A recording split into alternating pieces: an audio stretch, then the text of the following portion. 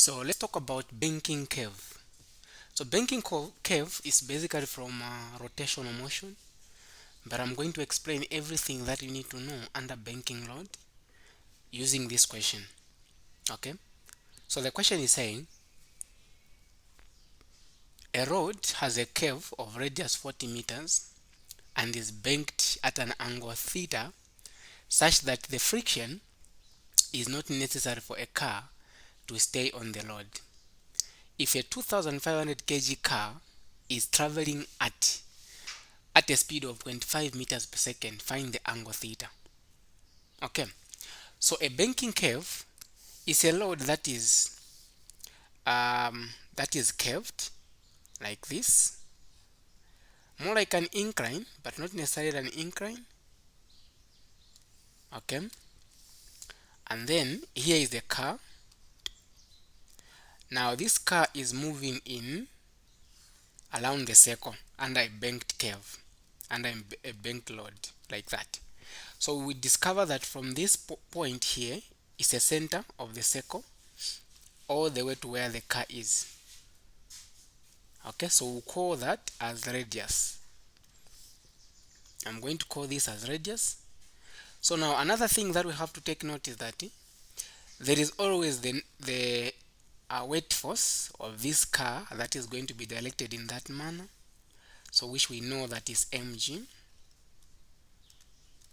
Then there is also normal force. Normal force is basically perpendicular to the surface, so it will be in that direction. Okay, so this normal force, I'm going to say it is just n. So n is the normal force, but for us to support this weight force, meaning that our normal force is going to have the x component and the y component. So this is the x component and that's y component. So the theta that we are going to have here is basically the same as the theta that is going to be formed there. So the opposite of the theta, it is nx, that is in x direction, then this is in y direction, ny. So using SOHCAHTOA, the opposite is going to be sine, the adjacent is going to be cos. Therefore nx is going to be n sine theta, meaning that ny is n cos theta, like that. Another thing that we have to take note is that now we can start playing around with the forces. The car is moving in x direction around the circle.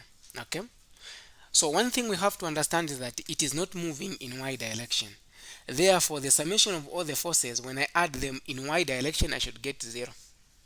What force do we have in y direction? Mg directed downward and ny directed upward. So it will be ny minus mg being equal to 0. According to the force that we have come up with, ny is n cos theta. So it will be n cos theta. I'll shift mg to go to the other side. So we want to know how fast the object is moving under a banked load. Okay, so I want to find the velocity. Okay, so another thing that we have to take note is that these are the forces in y direction. Let us go back to the forces in x direction. The summation of forces in x direction, the only force that we have in x direction, it is nx only. So this will be replaced by nx. But since this object is moving in x direction, therefore the net force is there. So we replace that with mass times acceleration. Since the object is moving around the circle, we have centripetal acceleration. So that's why it's AC, being equal to nx is n sine theta.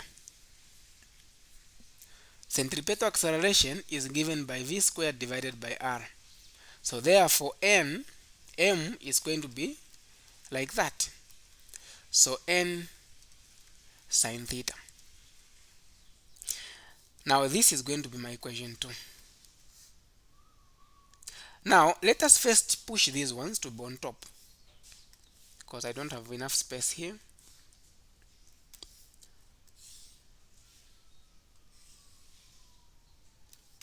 So I can now get rid of this.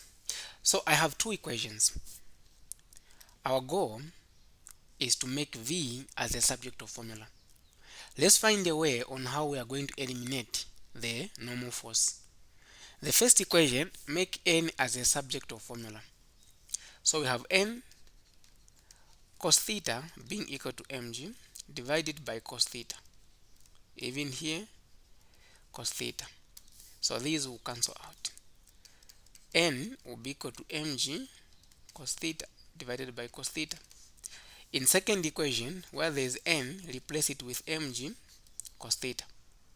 So we have now m v squared divided by r being equal to, where there is n, we put mg divided by cos theta, then we have times in sin theta.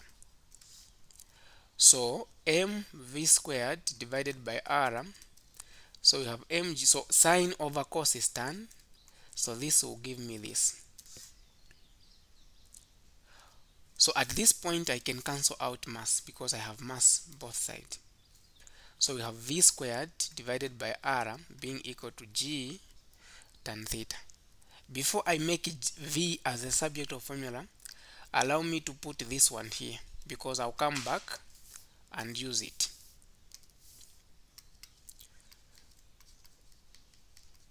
Okay, so our goal is to find the velocity.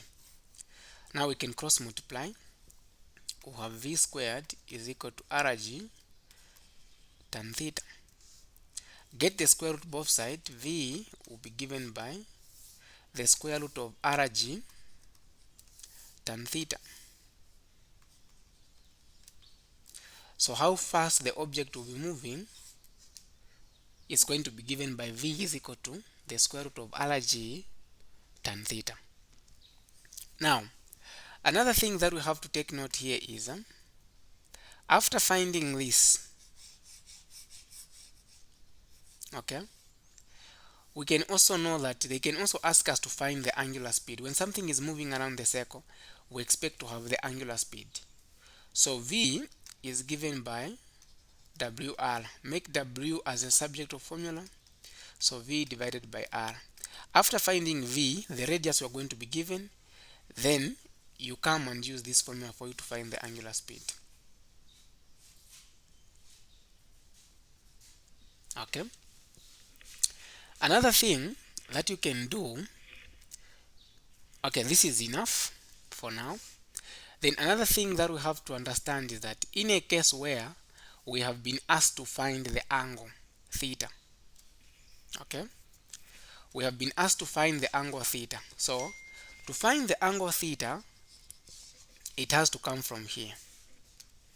So you have, that's why I said we will come back to this formula. So we have v squared divided by r is equal to g tan theta. So you make theta as a subject of formula. If you cross multiply, you have tan theta being equal to v squared divided by rg. Therefore, theta will be equal to tan inverse of v squared divided by rg. So this can help me to find the theta. In this case, for this question, I'm going to use this for me to find theta. So I'm going to put it here.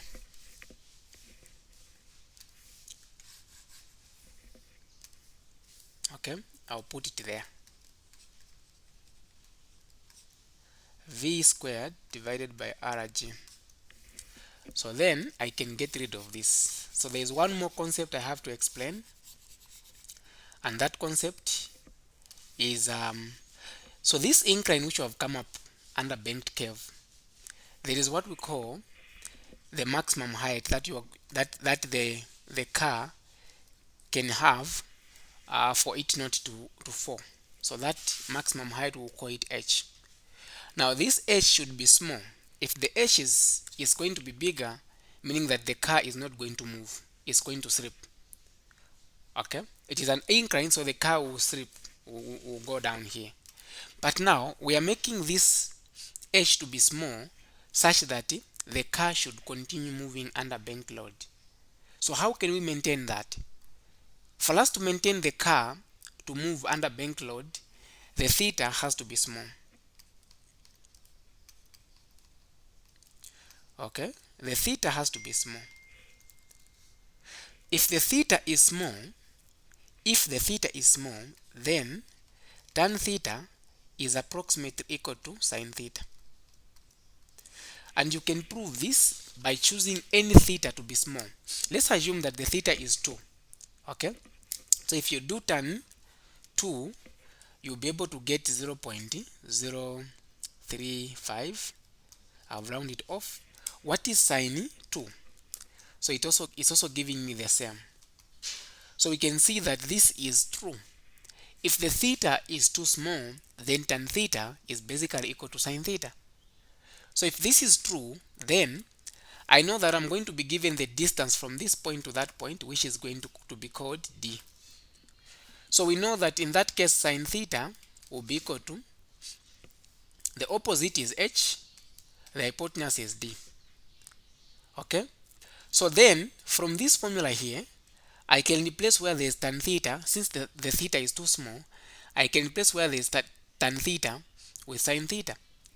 So then I'm going to say v squared divided by r times g, then it will be sine theta. When I reach at this point, what I have to do is I have to cross multiply. So then it's going to be v squared divided by rg is equal to sine theta. But our goal is to find the value of h. Okay? So if you want, you can find first the value of h. That is cool. Or what I can advise you is just replacing where there is sine theta with h over d. So v squared is divided by rg being equal to h over d. So then you can make h as a subject of formula. Then you have v squared times d divided by rg. So to find the minimum or the maximum height that the load should have for the car to continue moving under banked load, the formula is h is equal to v squared times d over rg. So this is the basic idea behind banking curve. So from this question, they want us to find the value of theta. Okay? And looking at the question, it is 7 marks. So I cannot just come direct and plug in the values from here. No. I have to come up with a free body diagram. I start now resolving the forces from the first up to reaching at this point. So after reaching at that point now, I can go ahead and plug in the values for me to find the theta. Okay. So there we go. We have my theta being equal to tan inverse. My v is 25 squared. My r is 14 times 9.8. So then theta will be tan shift open brackets, or let me just say 25 squared is to make it interesting is 625, then 14 times 9.8, that should be 392. So now I can punch on my calculator. So I'm going to have theta being equal to shift tan open brackets 625 divided by 392. So that gives me 57.9 degrees, of which I can round it off and say is 58 degrees. So that is my theta. Now, one thing we have to understand here is that I have not used the mass because I have cancelled the mass to make things simple. Okay, so try to explore different questions of on banking load, and you'll be able to answer each and every question using this information which I've given you. Okay.